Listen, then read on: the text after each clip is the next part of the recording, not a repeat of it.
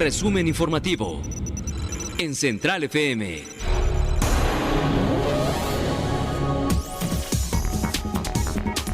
Empezamos por decirles que la Barra Mexicana de Abogados juzgó inapropiado que el presidente de la República intervenga en asuntos jurisdiccionales a través de acciones mediáticas que presionan o que dirigen al Poder Judicial o intentan hacerlo y que contravienen la división de poderes y atentan en contra de un ejercicio pleno del Estado de Derecho. Exhortan al presidente, al Ejecutivo Federal, a abstenerse de estas acciones y a mantener un auténtico Estado de Derecho y de división de poder. Antes, el presidente amenazó con evidenciar a los adversarios y a sus escondidos intereses político-económicos si logran, a través de amparos, que se frene la construcción del Aeropuerto Internacional de Santa Lucía, luego de haber minimizado el fallo del Tribunal Colegiado de Circuito de suspender provisionalmente la obra hasta que se tengan todos los estudios pertinentes y se preserve el nuevo Aeropuerto Internacional de la Ciudad de México en Texcoco sin inundar, porque aquí lo que está pretendiendo el gobierno de la República es que se sepulte una obra de 300,000 millones de pesos, que ya estaba avanzada en un 38%, y que todo se centre en el aeropuertito que quiere el presidente. Escúchenlo. Sí sabemos que es una estrategia de nuestros adversarios, pero no van a poder, porque legalmente no se está infringiendo ninguna ley. Entonces, no pueden, aun cuando una autoridad del Poder Judicial actuara de mala fe, pues hay instancias y lo más que lograrían serían demorar el proyecto. Eso es lo único. Fíjense lo que dice el presidente, ¿eh? Dice, una autoridad del Poder Judicial que actuara de mala fe. O sea, haciendo ver que los amparos los estaría otorgando el Poder Judicial a contentillo y no en base a la argumentación legal que se propone para la propuesta de amparo. Pedro, ayer hablé con este colectivo No Más Derroche, hashtag No Más Derroches, quienes han congregado este tipo de amparos que se han interpuesto en contra de Texcoco. Yo les decía, a ver, ¿por qué de Texcoco, de Santa Lucía, o sea, de la inundación de Texcoco y en contra de la construcción del aeropuerto, esta base militar convertida ahora en aeropuerto de Santa Lucía? Yo les preguntaba a ellos, bueno, ¿por qué el presidente habla de intereses oscuros? Díganme ustedes, ¿hay algún partido político en contra con ustedes? ¿Hay alguna capital extranjero de estos que siempre se han creado durante la izquierda, de transnacionales que puedan estar involucrados en la economía mexicana? Me dijo que no. Me dijeron, no existe este tipo de sectores dentro de este hashtag No Más Derroches. Y por ejemplo me dijeron, existen empresarios que no tienen nada que ver con la vida aeronáutica en este país. O sea, ni siquiera invierten en ese tipo de aeropuertos o en los aviones. Simplemente es ciudadanos que le dijimos, ¿tú estás a favor o en contra? No, pues yo estoy en contra. Firma, por favor, y firmaron. Le podemos ahorrar el esfuerzo al presidente de la República. ¿Quiere saber quién está detrás de estos intereses obscuros de hashtag No Más Derroches? Pues estamos nosotros. Aquí los que estamos hablando en Central FM, estamos en el proyecto de hashtag No Más Derroches. Está, para ahorrarle trabajo, señor presidente, está la Coparmex, está Mexicanos contra la Corrupción, y hay más de 100 organizaciones, todas, que han sido publicadas y que detrás de estos intereses oscuros de los que usted habla, para cancelar Santa Lucía y para promover al Aeropuerto Internacional de la Ciudad de México en Texcoco, aparte de este grupal que hay millones de mexicanos que están deseando que usted no haga este aeropuertito idiático en Santa Lucía y que termine un aeropuerto de grandes alcances como el que se estaba construyendo y que usted pretende. Miren, ha salido en este pasado fin de semana que si se cancela el nuevo Aeropuerto Internacional de la Ciudad de México y se manda a fondo perdido, va a haber un responsable del daño patrimonial que se le propone a México, y en ese daño patrimonial el responsable es el presidente de México. Es gravísimo lo que se está planteando. Y mira, platicando ayer con este colectivo, le comentaba la entrevista que sostuvimos aquí, Pedro, con Heriberto Salazar, que es el presidente del Colegio de Aviadores, y me dijo, esa idea que tienen los pilotos aviadores de no estar de acuerdo con Santa Lucía es fundamental para su lucha. Claro. Fundamental. Entonces le mandé la entrevista y hoy este programa de Central FM Equilibrio pues está participando directamente para ver cuáles son los argumentos de que Santa Lucía no es un aeropuerto que sea viable para la ciudad. No, es que no lo es, ha habido toda una cantidad de argumentaciones que han puesto los controladores aéreos, los pilotos, las aerolíneas, las instancias internacionales de aviación, y todas niegan que el aeropuerto de Lucía, como le llaman ya los pilotos, sea un aeropuerto viable y que tenga características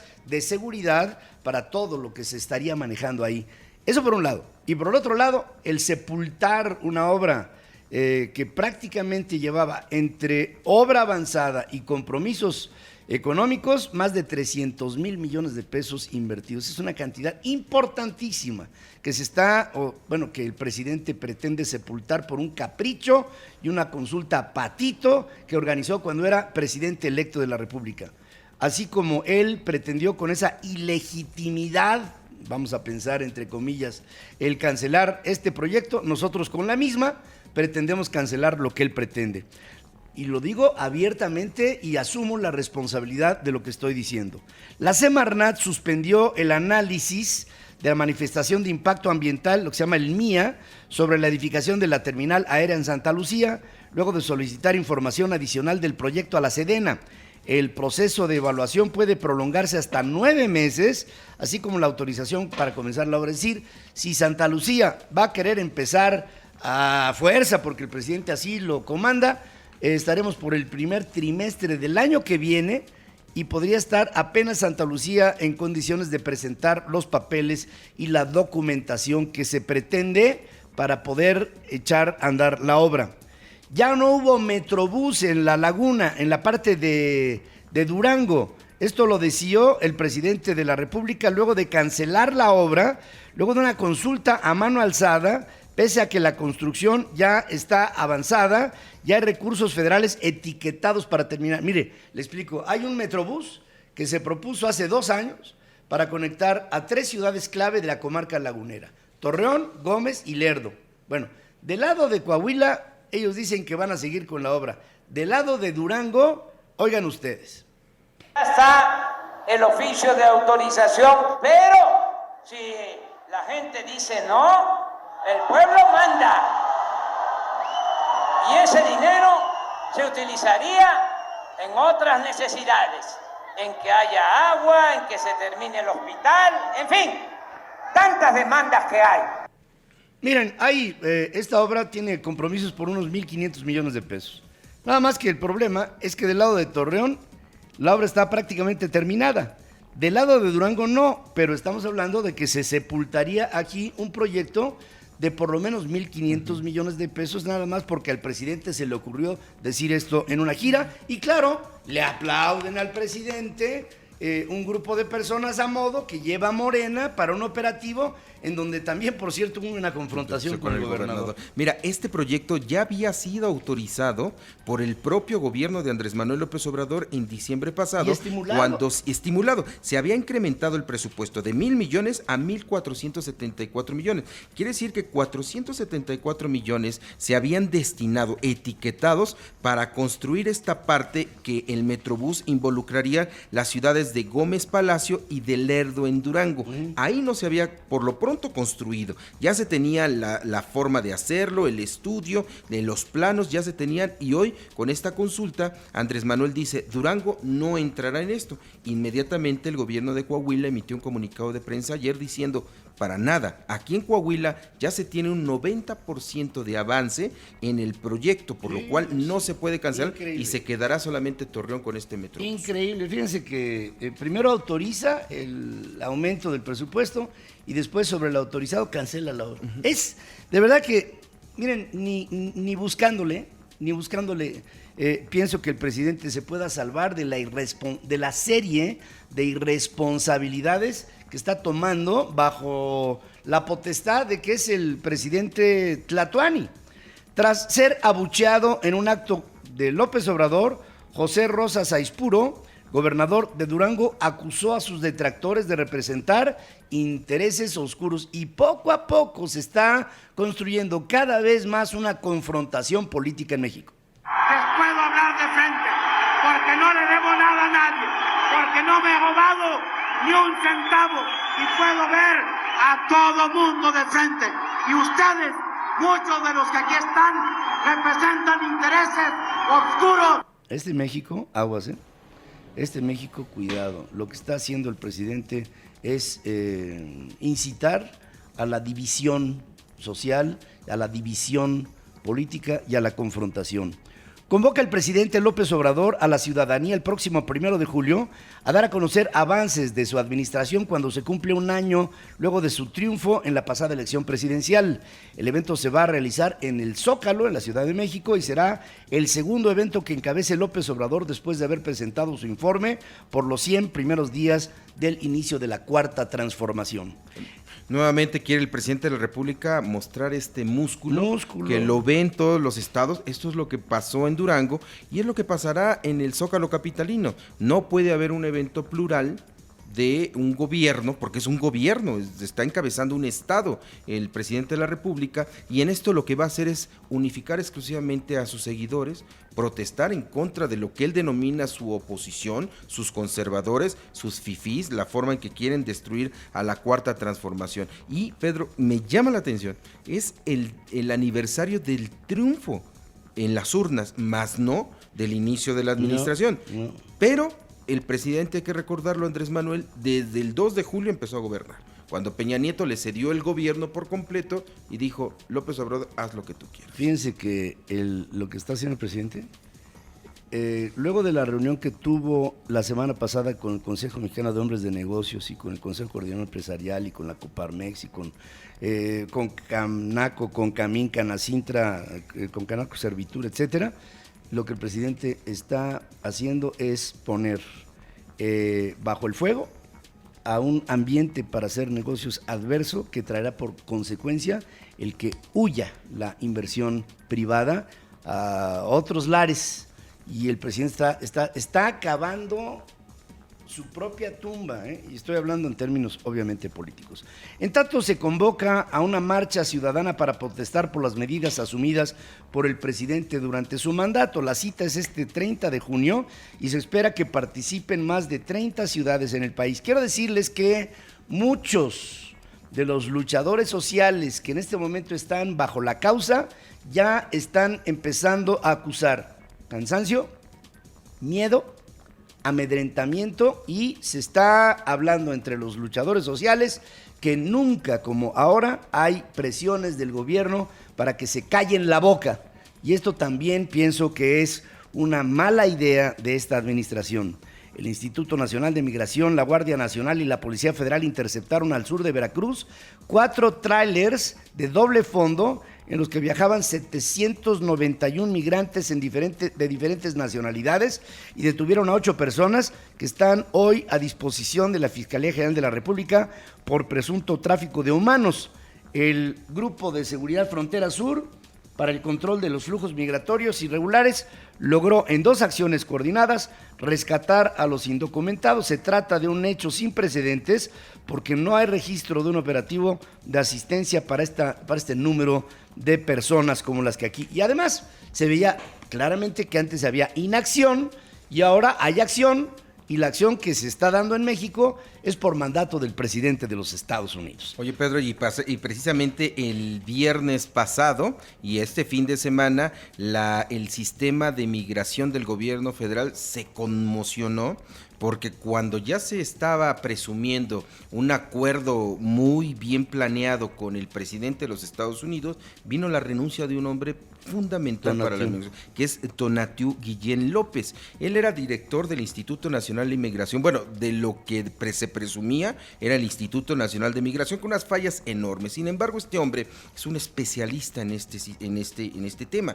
Es un hombre que ha trabajado y ha estudiado los sistemas de migración durante mucho tiempo y estaba al frente de un instituto que tú bien lo conoces, pues es totalmente ineficiente y lleno de corrupción, ¿no? Lleno de corrupción. Pues renuncia Tonatiuh sin más explicación que en una carta respetuosa le calificó él.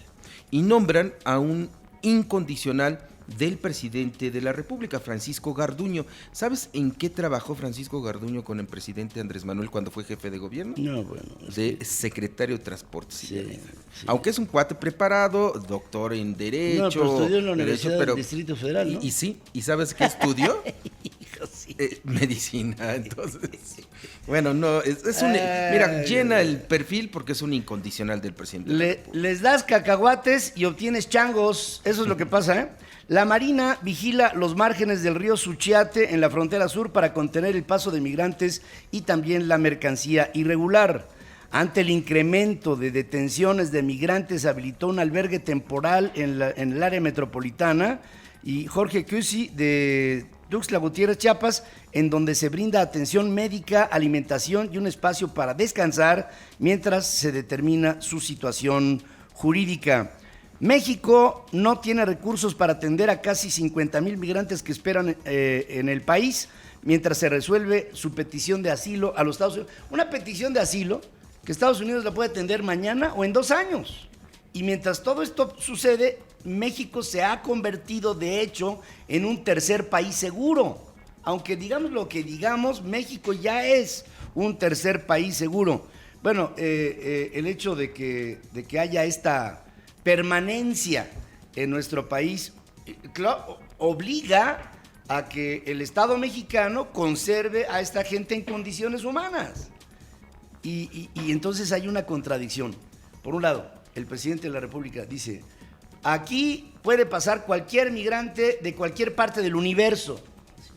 Del universo. Del universo, eso sí que ya, o sea, ya se acepta hasta alienígenas. Bueno, está bien. Pero, por otra parte, se está inhibiendo el paso a todo aquel que intente pasar. Entonces hay una contraposición entre la política sobre el tema migratorio que sigue Andrés Manuel López Obrador y la política sobre el tema migratorio que sigue Donald Trump. ¿Y quién gana? Donald Trump. Los trámites de asilo en Estados Unidos pueden durar hasta 2 años, periodo en el que los migrantes podrían permanecer en el país. Esto lo dice Enrique Valenzuela, titular de la Comisión Estatal de Población de Chihuahua, que encabeza la atención del flujo migratorio. La enseñanza que dejó la amenaza arancelaria de Estados Unidos es que México debe de ser autosuficiente. Fíjense nada más, hijo, es que no puedo entenderlo. La enseñanza que dejó la amenaza arancelaria de los Estados Unidos es que México debe de ser autosuficiente y producir lo que consume para un futuro. Y así nos van a hacer lo que el viento a Juárez, dice el presidente. Óiganlo. Si producimos en México lo que consumimos, nos van a hacer lo que el viento a Juárez. De verdad que Sí. Me rebasa. Te leo perfectamente la mente con este tipo de declaraciones y es una tónica que ha utilizado el presidente cuando sale los fines de semana a los estados de la República, ¿no? Y es más, yo te puedo decir que se oxigena. Se va de campaña. Se va de campaña, por eso se llena de oxígeno al estar frente a esta masa seguidora de Morena ultranza, y por eso ella hace sus consultas a mano alzada, donde siempre va a ganar, así diga, ¿verdad que es de noche en estos momentos y es mediodía? Pero fíjense, va a ganar. Fíjense, México, después de un buen esfuerzo, acaba de negociar un tratado comercial México-Estados Unidos-Canadá, el TMEC. Y el presidente dice, seamos autosuficientes para que nos hagan lo que el viento a Juárez. O sea, autosuficiente. ¿Saben qué está haciendo este hombre? Está cerrando el mercado a los Estados Unidos. con estas declaraciones. Porque eso se oye en la Casa Blanca, ¿a poco no? Y en la Casa, ¿así autosuficiente? Órale. Vamos a empezar a maquilar nuestros productos en otras partes para que México sea totalmente autosuficiente como quiere el presidente. De veras que no le entiendo nada. Oye, han pasado 7 meses y este hombre ya se desquició. Perdónenme, es el presidente de México, pero ya está desquiciado.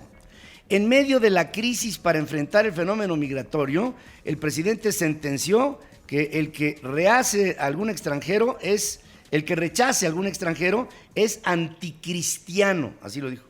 No debemos de actuar de manera mezquina, eso se llama xenofobia, el que se rechace al extranjero. Les diría yo que es hasta anticristiano. Sí, eso por un lado. Y por otro lado, tiene a la Guardia Nacional rechazando a los migrantes. Ahora, hay derechos sobre quienes son derechos. Pero si llega indiscriminadamente de todo, tiene que haber un proceso de selectividad. Eso lo está haciendo Estados Unidos. ¿Por qué diablos no lo podríamos hacer nosotros? ¿O tenemos que dejar pasar a todo el mundo y ofrecerles chamba, aunque sean maras salvatruchas? O malnacidos como los que nos han matado gente aquí en México. Y el presidente dice que es anticristiano. El presidente llamó a Carlos Slim a no cerrar la mina de San Francisco del Oro, propiedad de Grupo Frisco, para evitar que los mineros se queden sin chamba.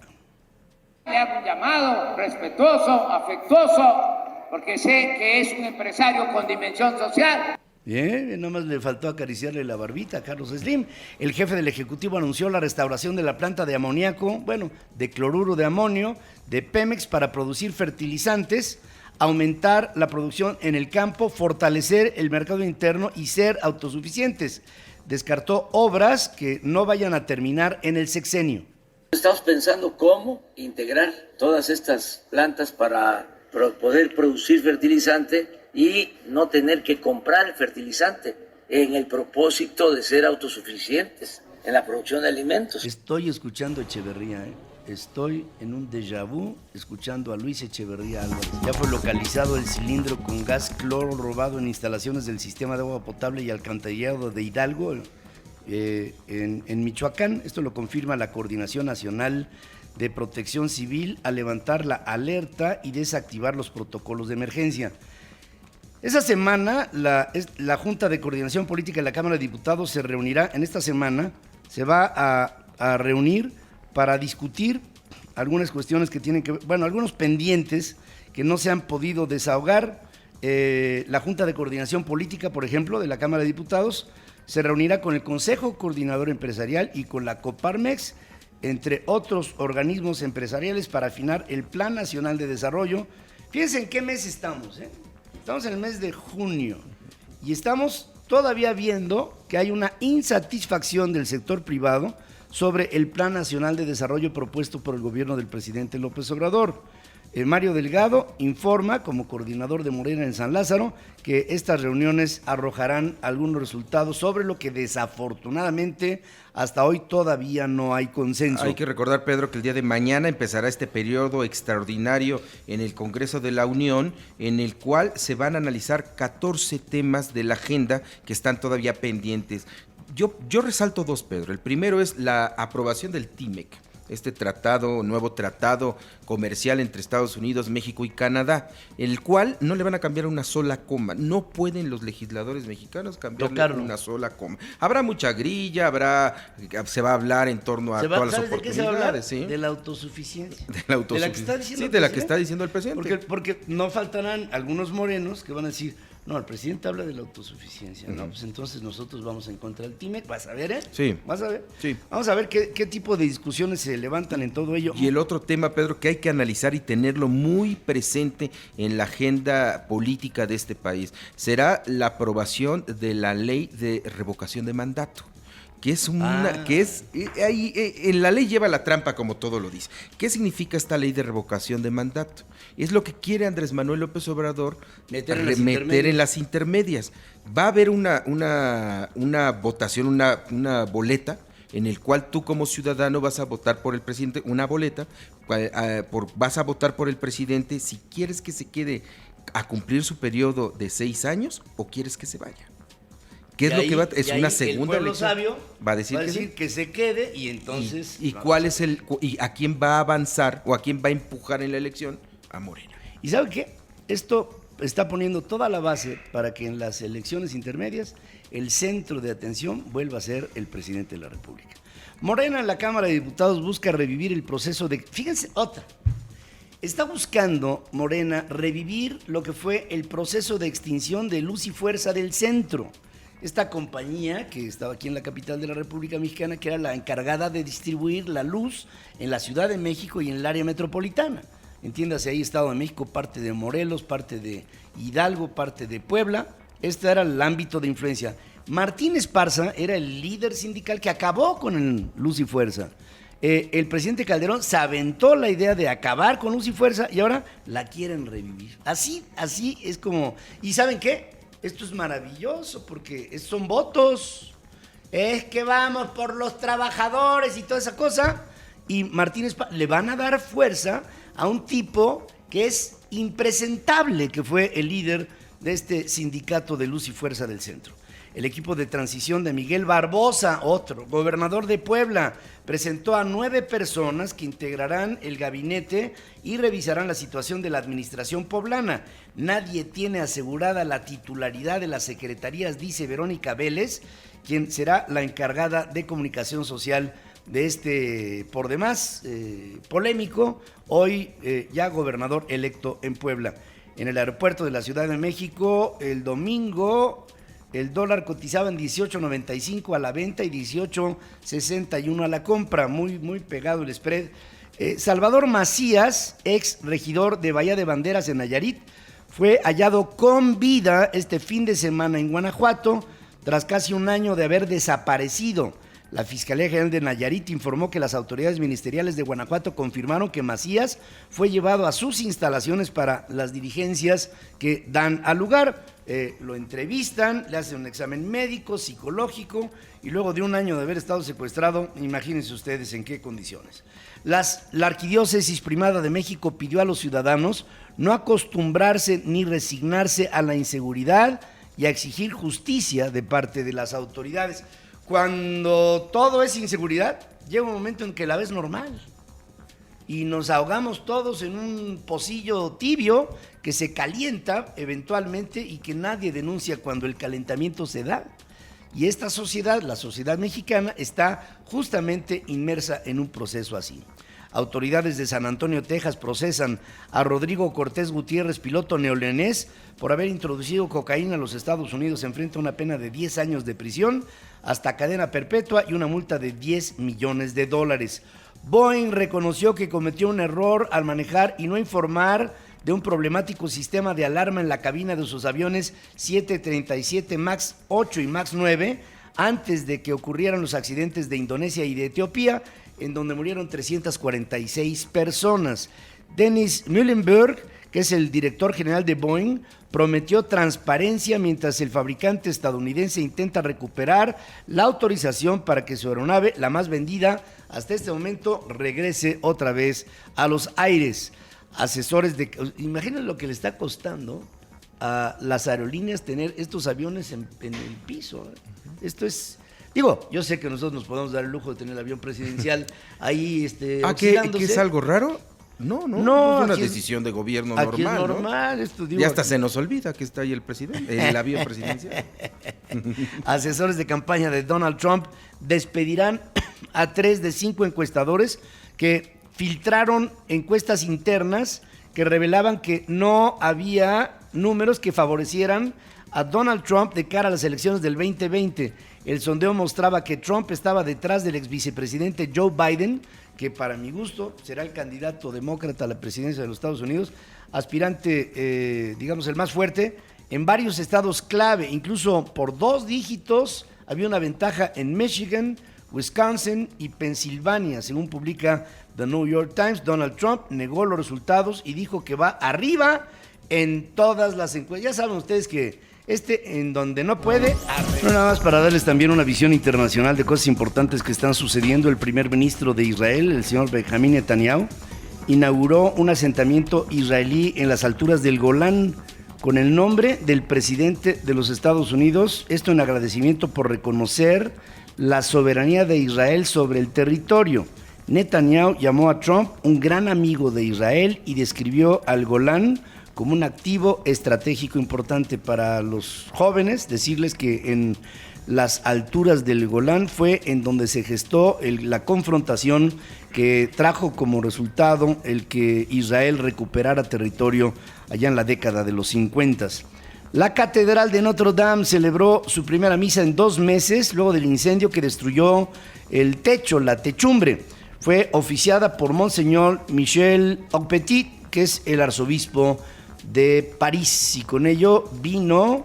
Bueno, había mucha expectativa de la gente en Francia, en lo general, en París en lo particular, porque regresara la actividad en esta emblemática catedral que data de hace 800 años.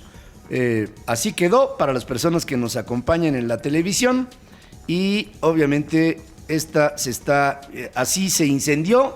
Aquí estamos presentando el momento en que está en full blaze, está a todo lo que da, ahí es cuando se cae la espiga y vino toda esta serie de consecuencias de Notre Dame de París en medio de parisinos que lloraban por este desafortunado acontecimiento que aparentemente fue propiciado por trabajadores que estaban limpiando el techo y que, ya saben, a la hora de la comida, el cigarrito, que se sientan, ¿no?, ahí en el andamio, que el cigarrito, que la baguette con jamón y el vinito, sí, se echan su vinito. Sí, claro. Y entonces, pues ahí fue en donde vino. Importantísimo que ya haya habido una misa ahí, ¿no? Porque habla de la normalidad en la que tendría que quedar ya la catedral después de una multimillonaria ayuda que ya recibió por todo este yo creo que hasta gobierno. Le fue París, mejor. ¿no? Sí, yo creo que va a quedar mucho mejor. No, bueno, es que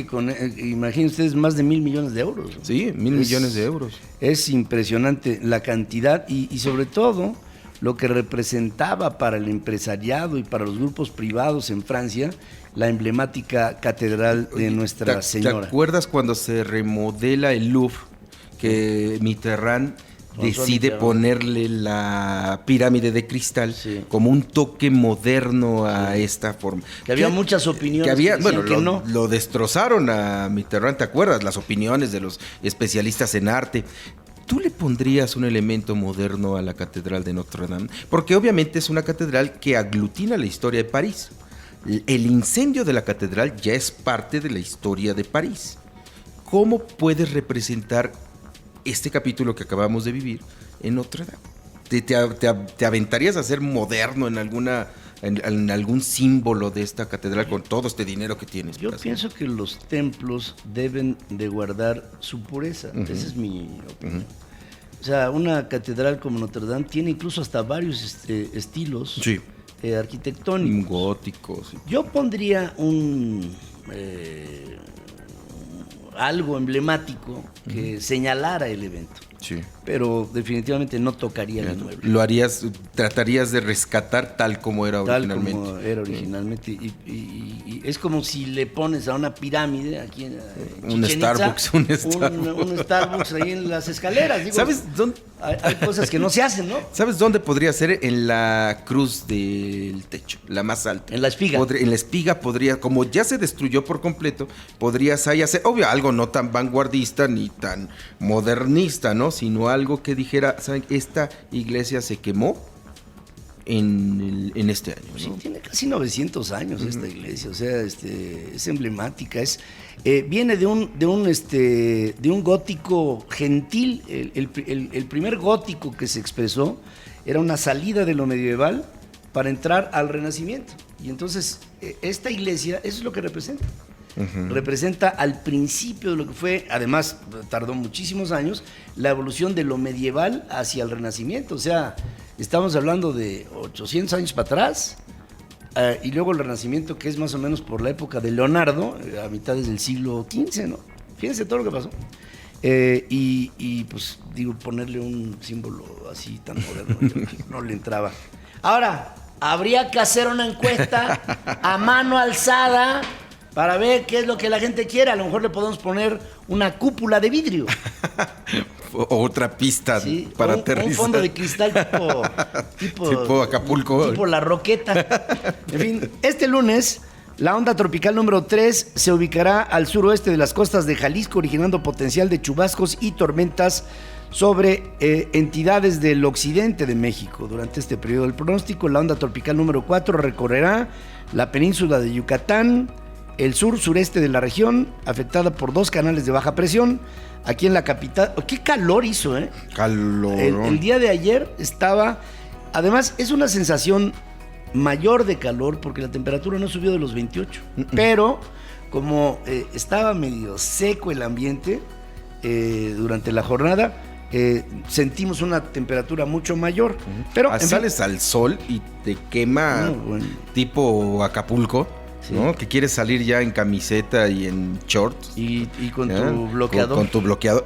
Fíjate que sí es importante para ciudades como esta Ciudad de México, Guadalajara, Monterrey, donde ya la radiación del sol es tan fuerte que es importante ponerse cremas con bloqueador para evitar un daño a la piel, ¿no? Pues todo el norte de la República. Sí, todo el norte y desde ahí. País.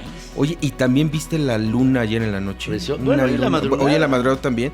Pero cuando va saliendo en la noche, como literalmente se dice, ¿no? Va saliendo la luna en el sol, en el cielo por la noche, es impresionante, porque es enorme la luna, completamente redonda. ¿Saben ustedes por qué se ve más grande? Por la refracción atmosférica. En el horizonte hay más cantidad de aire, de capa de aire, que en el cenit. Entonces, esa refracción trae como resultado el que se deforme la luna y se vea más grande. Ah, mira. Es un fenómeno buena explicación. Muchos nos ponemos a por qué se ve más grande por eso, estando en el horizonte. Es como si la atmósfera fuera una lente. Sí. Y en el cenit, es decir, arriba digamos, en la 90, visto para arriba en vertical, tiene menos capa que en el horizonte. Ahí es por lo que se ve más grande. Bueno, Guadalajara tendrá una máxima de 32 grados. Estaremos esta semana hacia el final en Guadalajara, en Jalisco.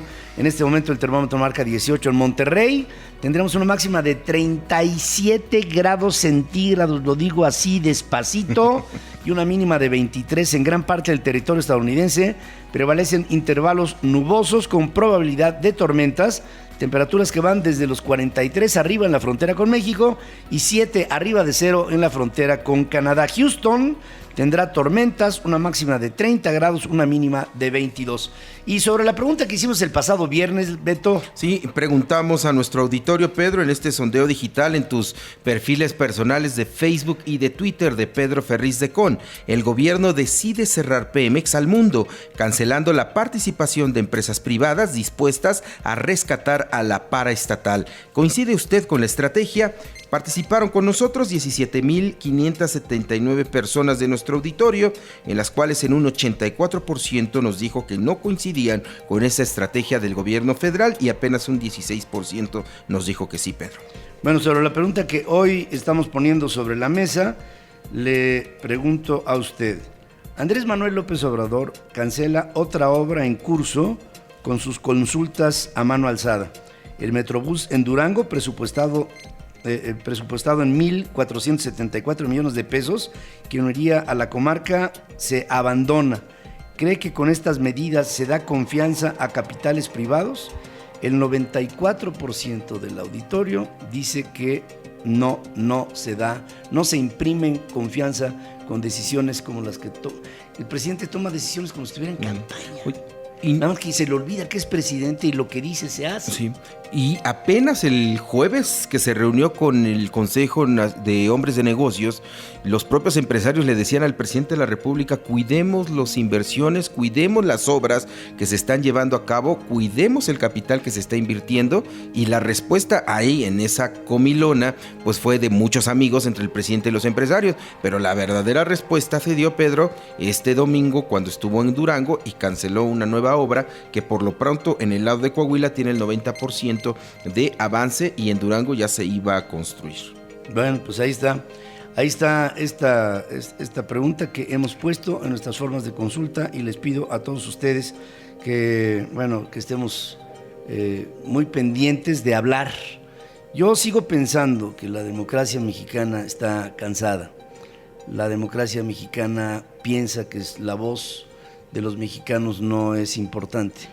Yo le diría a todos los que piensan que su voz no importa, que sí importa, y que este programa fue justamente diseñado